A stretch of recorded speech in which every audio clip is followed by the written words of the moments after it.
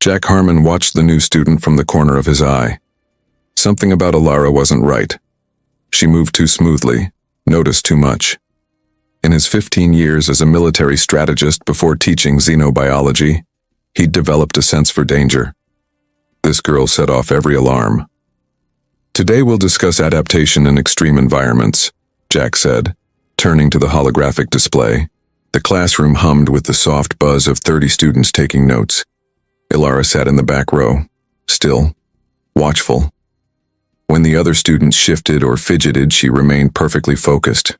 Not normal for a 17-year-old. Jack pointed to an image of a gas giant. Even in methane atmospheres, life finds a way to... The lights flickered, then died. Emergency protocols, Jack said calmly, though his heart rate spiked. Everyone stay seated. The Academy's automated voice came over the speakers. Attention. Lockdown initiated. This is not a drill. All students remain in classrooms. Jack moved to the door, peering through the small window. The hallway emergency lights cast everything in a dull red glow. Professor, Alara said suddenly beside him. He hadn't heard her move. We need to barricade the door. The Academy security will handle... A distant boom shook the building. Screams echoed from somewhere down the corridor. That's not a system malfunction, Jack said, helping Alara push a desk against the door. Everyone away from the windows. The students huddled together, fear spreading across their faces. Jack accessed the emergency terminal, but the screen showed only static. Communications are jammed, he said. Alara stood by the wall, head tilted slightly. 6 ships, small attack vessels. They landed on the North Field. Jack stared at her. How could you possibly know that? She didn't answer, but her eyes narrowed at a sound Jack couldn't hear. Then he heard it too. Heavy footsteps. Not human. The distinctive 3-beat rhythm of hunters, Jack whispered. The color drained from the students' faces. Everyone in the galaxy knew about hunters, elite mercenaries, killers for hire. Their species lived for the hunt. The footsteps stopped outside their door. The handle rattled. Back corner now, Jack ordered the students, grabbing a metal pointer as a makeshift weapon. The door burst open, desk and all. 3 tall figures entered, their scaled skin visible beneath combat armor. Their faces were hidden behind reflective masks, but everyone knew what lay beneath. Rows of teeth and eyes evolved for tracking prey. The lead hunter scanned the room, weapon raised. Jack Harmon, it said, voice like gravel. You will come with us. Jack stepped forward, keeping himself between the hunters and his students. Let them go. They're not part of this. The hunter tilted its head. No witnesses. It raised its weapon toward the huddled students. What happened next seemed impossible.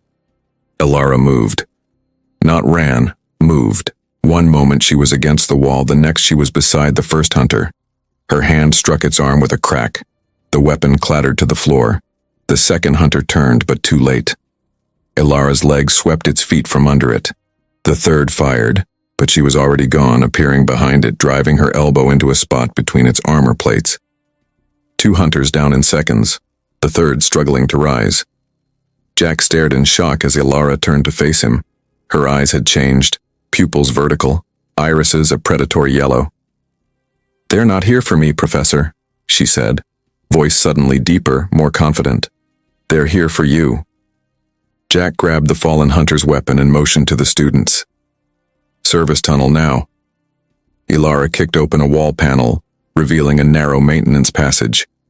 The students scrambled inside while Jack covered their escape. The third hunter was getting up. Move, Alara said, shoving Jack into the tunnel.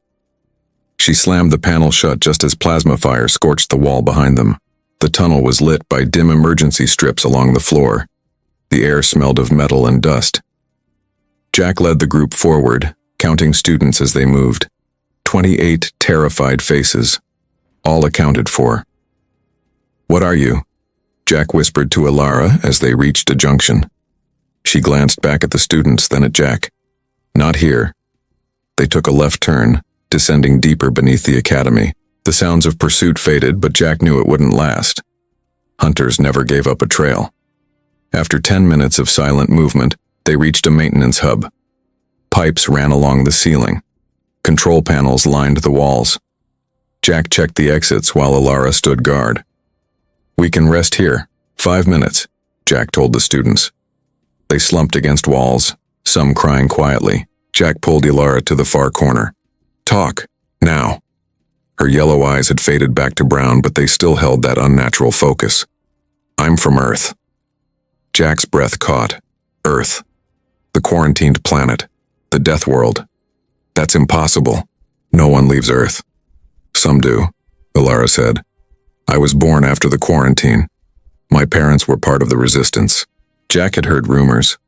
Earth humans adapting to their harsh world, becoming something more than human. But seeing it in action, seeing Alara move like that, made his skin crawl. "Why are you here?" "To learn. To blend in." She looked at him directly.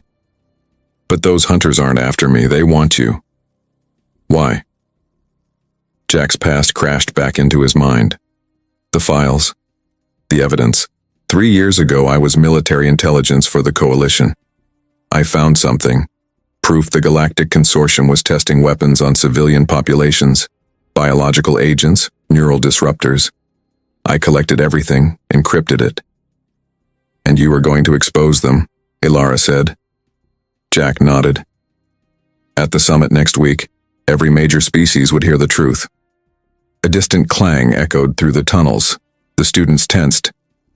"They're in the maintenance system," Alara said, head tilted. 3 teams, converging. "How can you—" "Earth adaptations, enhanced hearing, smell, sight." She tapped her temple. "Brain processing, we evolved fast after the quarantine." Jack checked the hunter weapon. Half charge, not enough. "We need to keep moving," he said. A hissing sound filled the room. White mist began seeping through the ventilation system. "Neurotoxin," Jack said, panic rising. "Everyone cover your—" Alara was already moving, ripping fabric from her jacket. "Breathe through this. It will filter some." The students pressed cloth to their faces. 2 collapsed immediately. The others began coughing. Jack felt his limbs growing heavy. His vision blurred. Through the haze, he saw Alara standing straight, unaffected. She breathed deeply, her chest expanding strangely. "Modified lungs," she explained, seeing his confusion. "I can filter it." She lifted 2 unconscious students, one under each arm. "The data, Professor, where is it?" Jack's mind fought through the fog. "My office. Hidden compartment. Behind the xenobiology text." Alara's eyes widened. "The hunters will find it."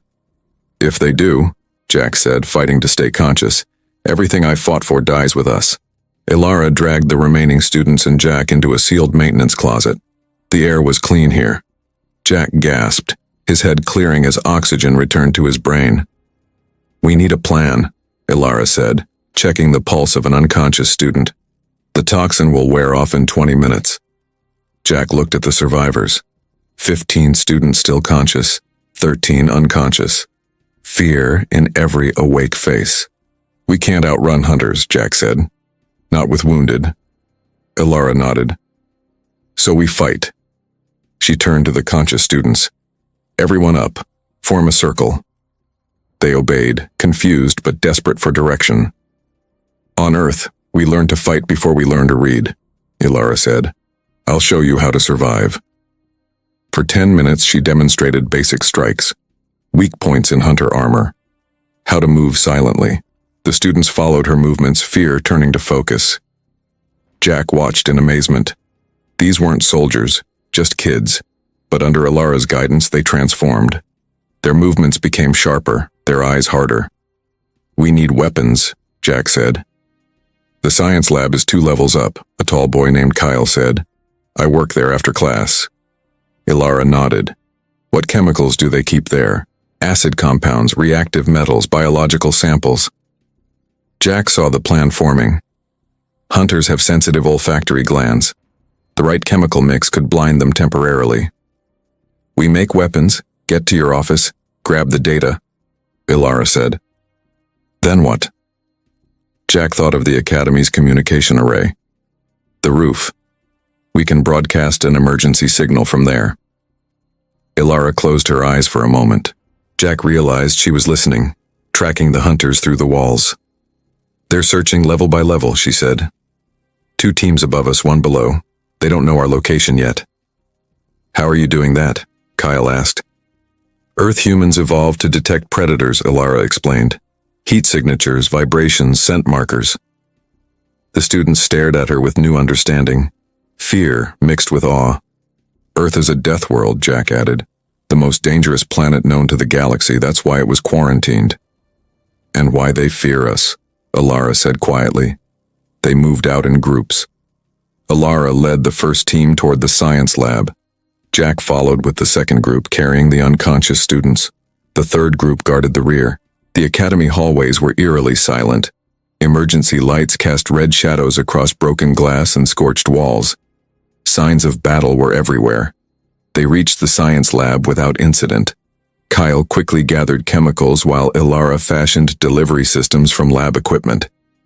Acid bombs, she explained, handing glass vials to each student.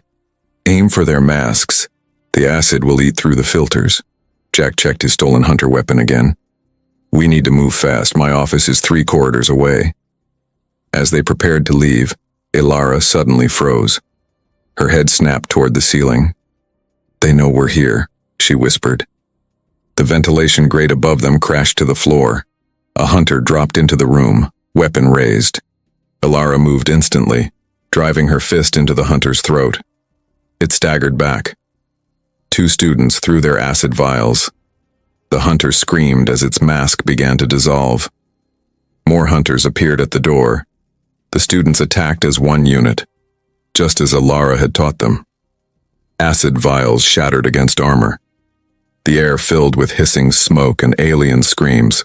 Jack fired the hunter weapon, clearing a path. Go, now. They fought their way to his office. Jack rushed to the bookshelf, pulling out the xenobiology text.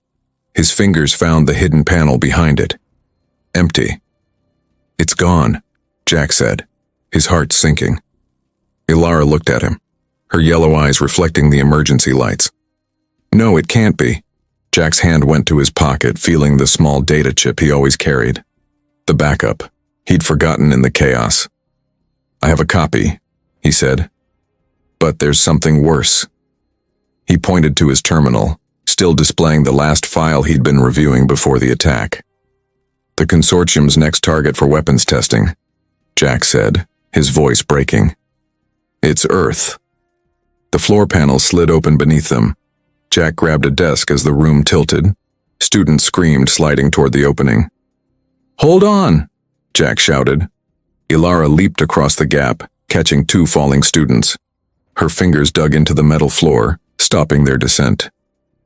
The system is trying to drop us into the incinerator, Jack said, pulling himself along the tilted floor. Mira and the other Earthborn students moved with impossible speed, securing the wounded. Their enhanced strength kept everyone from falling. We need to reach the control room, Ilara said, climbing up with the rescued students. Jack pointed to a maintenance shaft in the ceiling. Through there. It bypasses the main corridors. They climbed up one by one. Jack went last, the data chip secure in his pocket. The weight of Earth's future felt heavy in his hand. The shaft was narrow and dark.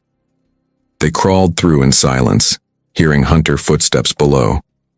After 10 minutes, they reached a junction above the control center. Jack peered through the grate. 6 hunters surrounded a man in an expensive suit.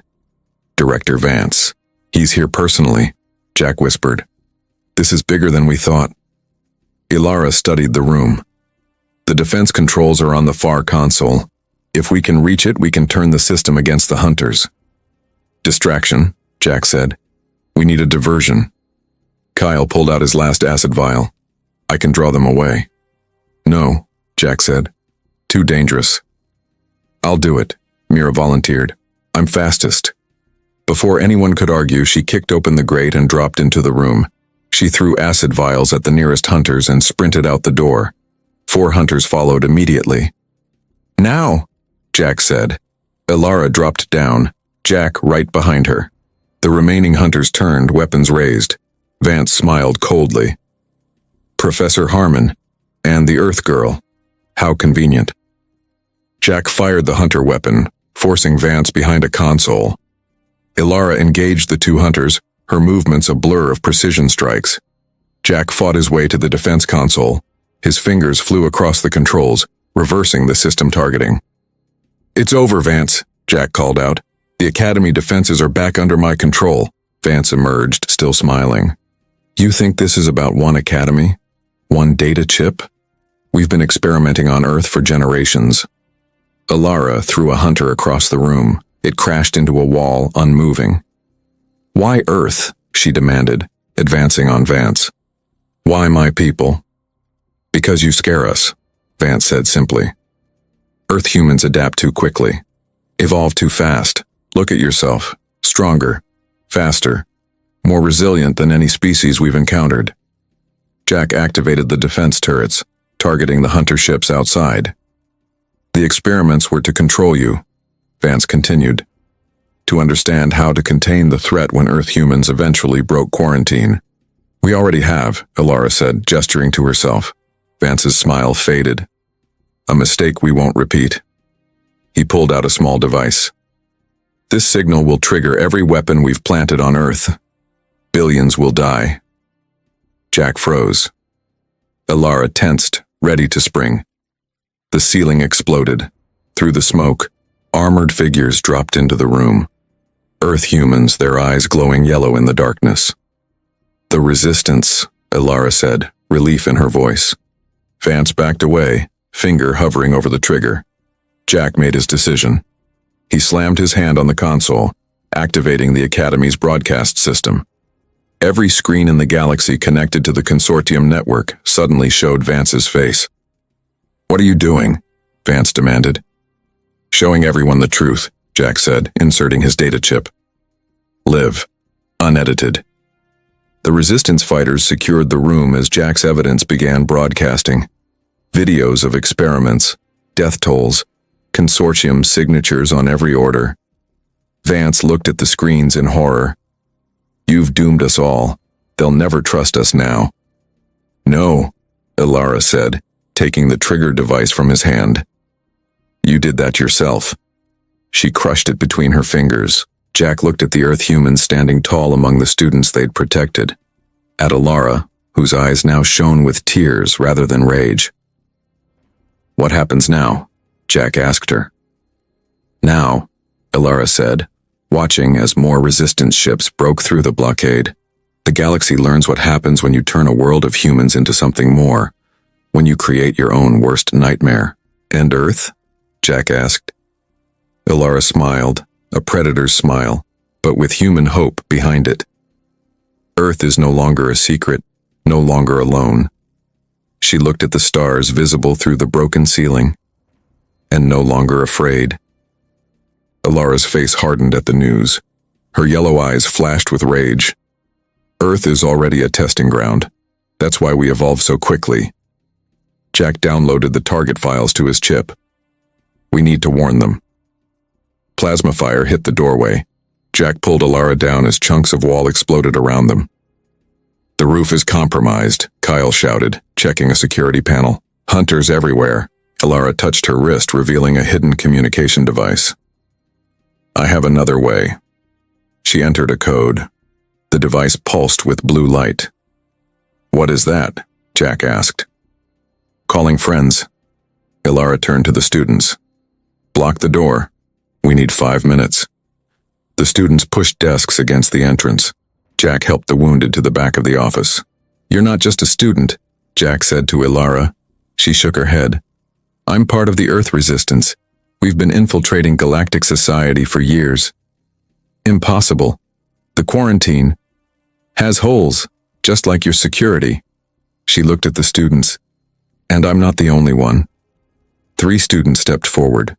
Their eyes shifted to the same predatory yellow as Ilara's. We're everywhere, said a quiet girl named Mira. Learning, watching, preparing. Jack felt a chill. For what? For when they come to finish what they started, Alara said. The consortium has been experimenting on Earth populations for decades, creating plagues, testing weapons, making us stronger without meaning to. The barricade shuddered as something heavy slammed against it. My family was in a test zone, Alara continued, checking her device. I watched them die from consortium bioweapons. I was the only survivor. Jack saw the pain in her eyes. Raw, real, human despite her enhancements. We've been gathering evidence, Mira added, but we needed proof of who was behind it. Your data is the missing piece. The barricade cracked. Hunter weapons began cutting through the metal. My signal was received, Alara said, looking at her device. Help is coming, but we need to hold this position. Jack distributed the remaining acid vials. How many of you are there? Earth humans, I mean. Thousands, Alara said. In every major institution, every government, every military. The hunter cutting stopped suddenly. An eerie silence fell. Kyle checked the security panel again. They're pulling back. Why would they? A new voice came over the academy speakers, smooth, cultured, chilling. Professor Harmon, this is Director Vance of the Galactic Consortium. I believe you have something that belongs to me. Jack and Alara exchanged looks. The consortium itself, Jack whispered. They sent their director. Your resistance friends won't reach you in time, Vance continued. We've established a planetary blockade. Nothing gets in or out. Alara's device flashed red. He's right. Our ships can't break through. You have 10 minutes to surrender the data, Professor, Vance said. After that, we'll execute one student every minute until you comply. The speaker clicked off. Jack looked at the frightened faces around him. At Alara and the other Earthborn students, their yellow eyes glowing with determination. We need a new plan, he said. Alara nodded. We have one chance, the Academy defense system. It's offline, Jack said. No, Alara replied. It's under Hunter control. If we can take it back. The building suddenly shook. Emergency lights flickered. What was that? Jack asked. Alara smiled for the first time since the attack began. That, Professor, is the sound of the Academy defense system activating. The floor beneath them began to hum with power. But if the hunters control it, Jack said, realization dawning, they're targeting us.